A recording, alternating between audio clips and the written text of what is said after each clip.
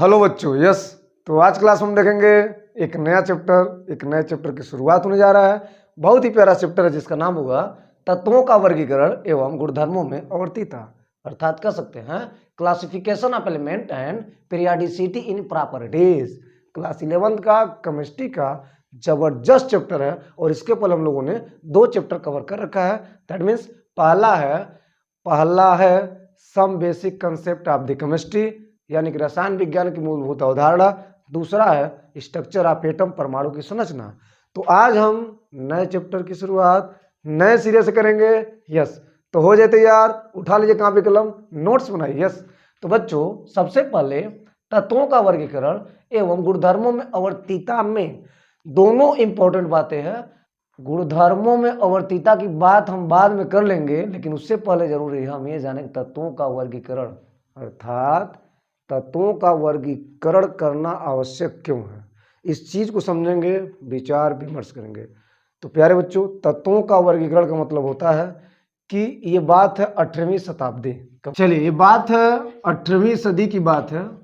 18वीं सदी में वैज्ञानिकों के माध्यम से देखा गया कि उस समय तत्वों की संख्या बहुत कम थी, 8, 10, 12, 14 इतना तत्व थे। तो उस समय तत्वों को पढ़ना, तत्वों को समझना, यानी तत्वों का पूरा जो नेचर था वो बहुत क्लियर था, बहुत इजी था, बहुत सरल था, आसानी भाषा में तत्वों को समझा जा सकता था। लेकिन जब तत्वों की संख्या दिन प्रतिदिन यानी कि सालों साल बढ़ने लगा, हर बार तत्वों की संख्या बढ़ने लगा, तो वहां पर यह सोचा गया कि वास्तव में तत्वों को व्यवस्थित करना चाहिए। यानी ये मन में भावना आने लगी और वैज्ञानिकों के मानना भी था कि जब तत्व बढ़ने लगे, यानी जब तत्व बढ़ रहे हैं, तो उनको कहीं ना कहीं उनको समझने के लिए, उनको पहचानने के लिए, उनकी व्यवस्थाओं को अलग पहचान देने के लिए उनका वर्गीकरण होना चाहिए, ऐसा मन में भावना आया। और जब तत्व बढ़ने लगे, वास्तव में जब तत्व बढ़ने लगे तो वास्तव में तत्वों का वर्गीकरण हुआ। अर्थात तत्वों का वर्गीकरण का एक ही मतलब है कि तत्वों को सुव्यवस्थित ढंग से पढ़ने के लिए और उनके अध्ययन को आसान बनाने के लिए वर्गीकरण किया गया। मैंने क्या बोला? एक तत्वों का वर्गीकरण का मतलब है कि तत्वों का अध्ययन आसान हो जाए, तत्वों को सुव्यवस्थित ढंग से समझा जा सके। इस हिसाब से इस चीज को आगे तक बढ़ाने के लिए वर्गीकरण करने की भावना है और वर्गीकरण आवश्यक बना। सो यहां पे मैंने क्या बोला? तत्वों को सुव्यवस्थित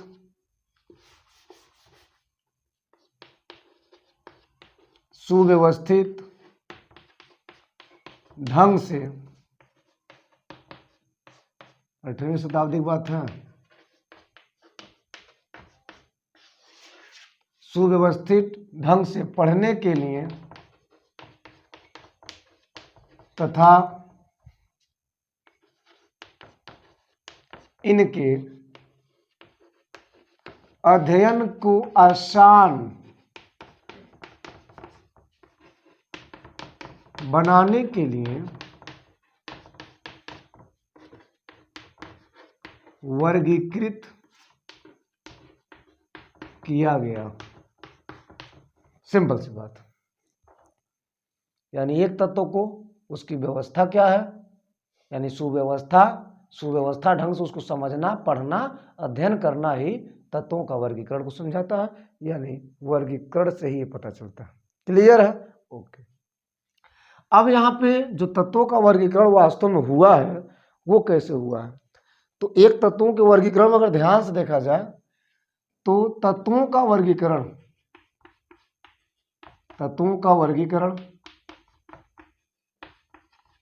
में सबसे पहली रोचक वाली बात, सबसे पहले तत्वों के वर्गीकरण में अगर तत्वों को देखा गया तो दो नजरिए से देखा गया, एक धातु में और एक अधातु में।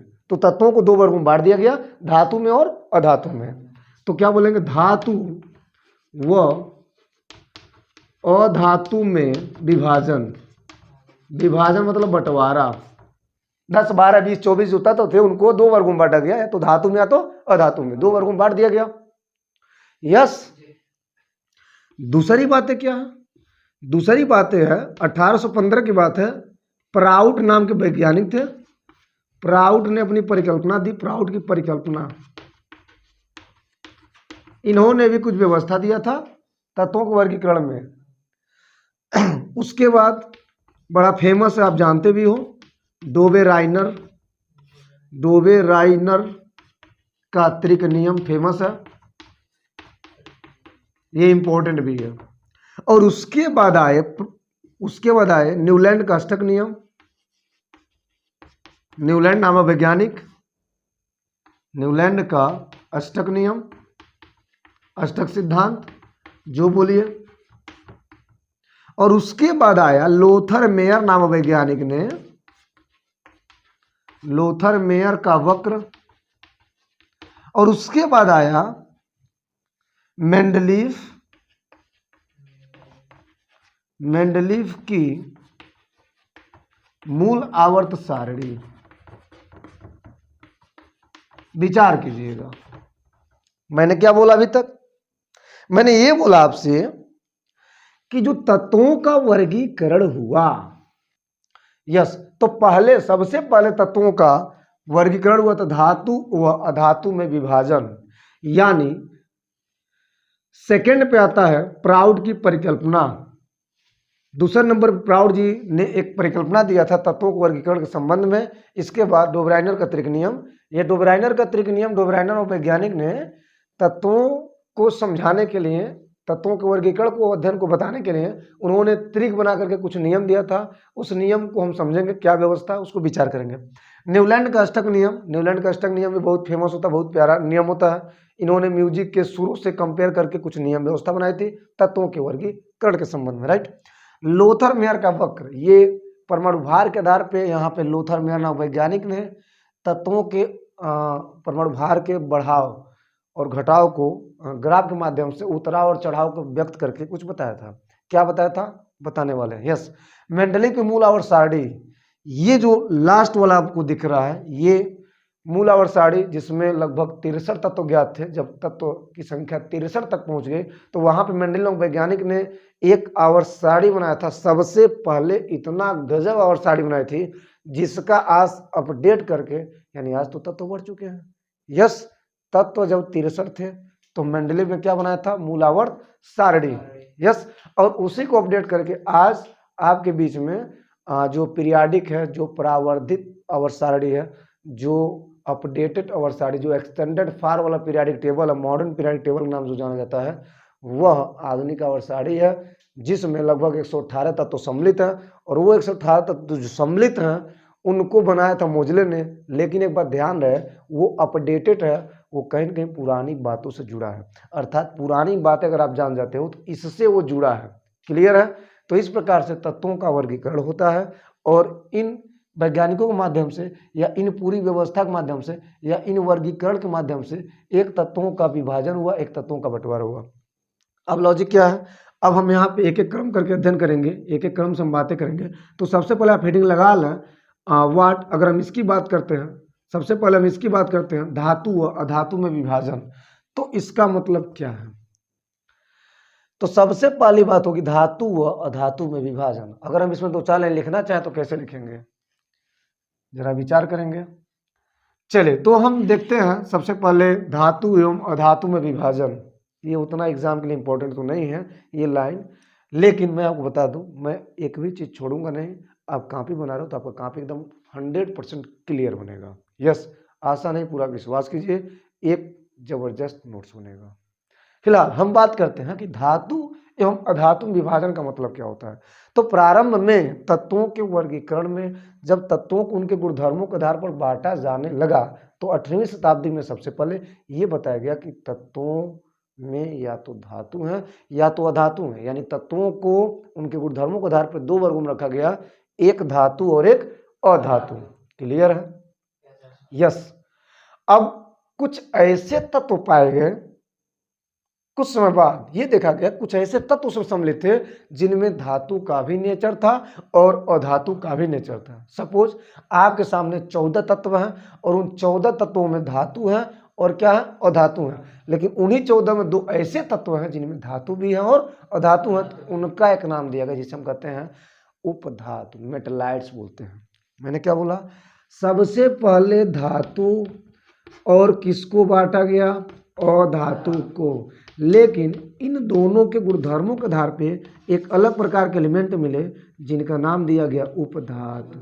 क्या दिया गया, उपधातु दिया गया। सो यहाँ पर यह कहा जा सकता है कि इस हिसाब से धातु अधातु का बंटवारा हुआ और उपधातु का कुछ कुछ मात्रा में बंटवारा हुआ। सो एक बात और है कि यह परिकल्पना नहीं चला, क्योंकि ऐसे काम थोड़े नहीं चलेगा।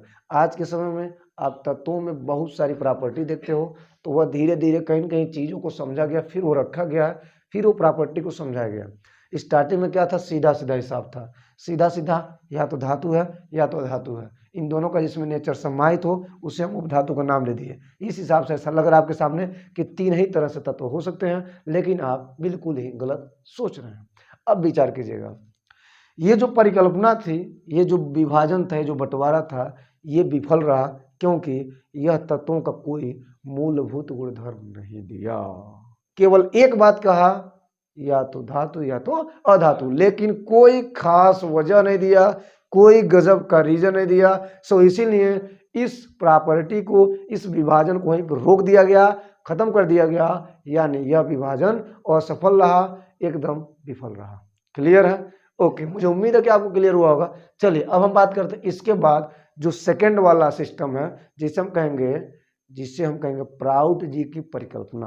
यानी प्राउड की परिकल्पना में क्या कहा गया है, और वो भी इंपॉर्टेंट उतना नहीं है, लेकिन फिर भी चलिए थोड़ा सा समझाते हैं। यस, चलिए तो हम बात करते हैं प्राउड की परिकल्पना।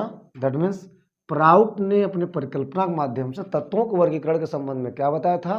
तो ये बात 1815 की। 1815 में प्राउड जी आए, कुछ कुछ बातों को लेकर के थोड़ा सा घबराए। उन्होंने कुछ बातें कही थी, कुछ परिकल्पना के माध्यम से कुछ प्रस्तुति की थी। क्या बोला था, जरा विचार करेंगे। प्राउड की परिकल्पना के अनुसार यह देखा गया, प्राउड के द्वारा यह बताया गया कि सभी तत्वों के परमाणु भार हाइड्रोजन के परमाणु भार के गुणक होते हैं। मैंने क्या बोला, एक लाइन में लिखते हैं, सभी तत्वों के परमाणु भार। मैंने क्या बोला,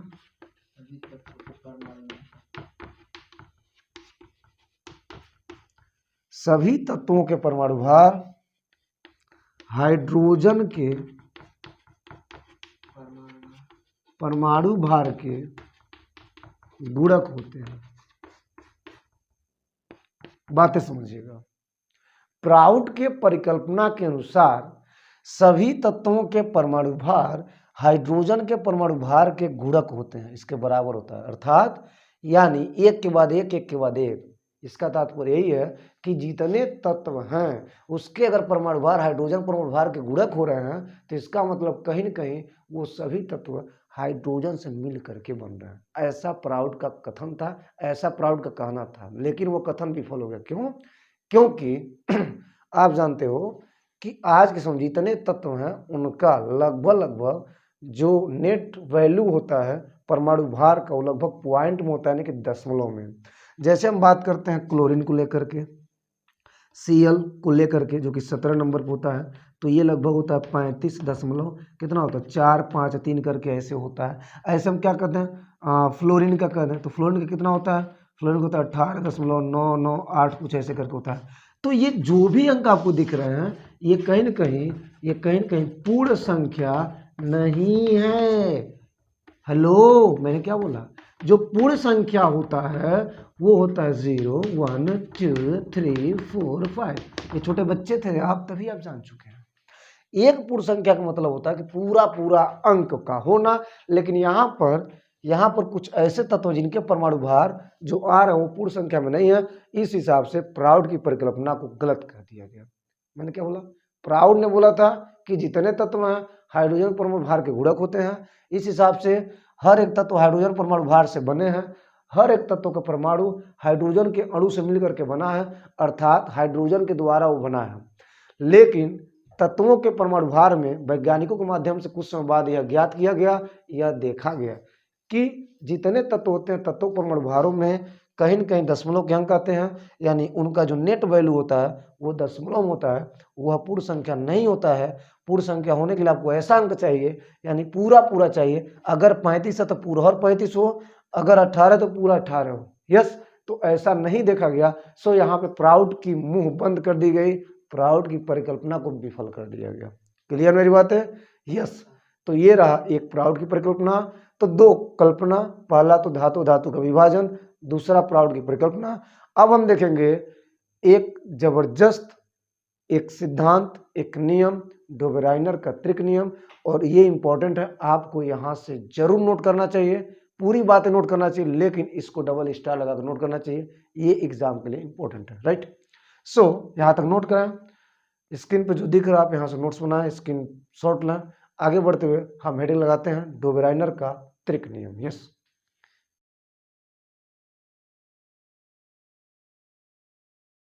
चलिए तो हम बात करते हैं डोबेराइनर का त्रिक नियम। 1829 में डोबेराइनर ने बहुत गजब नियम दिया था। त्रिक का मतलब तत्वों के समूह से होता है, 3 तत्वों का एक समूह से होता है। यहाँ पर जो त्रिक के माध्यम जो व्यवस्था बनाई थी बहुत गजब था, लेकिन ये भी नियम कुछ ही समय तक सीमित रहा, उसके बाद नहीं चल पाया। रीजन क्या समझेंगे। सबसे पहले हम ये जानेंगे कि वास्तव में डोबेराइनर का जो त्रिक नियम है वो है क्या और इसमें क्या व्यवस्था बनाई है। तो इसमें बोला कि जब तत्वों को उनके बढ़ते हुए परमाणु भार के अनुसार अगर हम क्रम में रखें तो 3-3 तत्वों के समूह प्राप्त होंगे। यानी कि अगर हम तत्वों के 3-3 को हम समूह देखें, 3 तत्वों का एक ग्रुप देखें, तो इन्हें त्रिक कहा गया।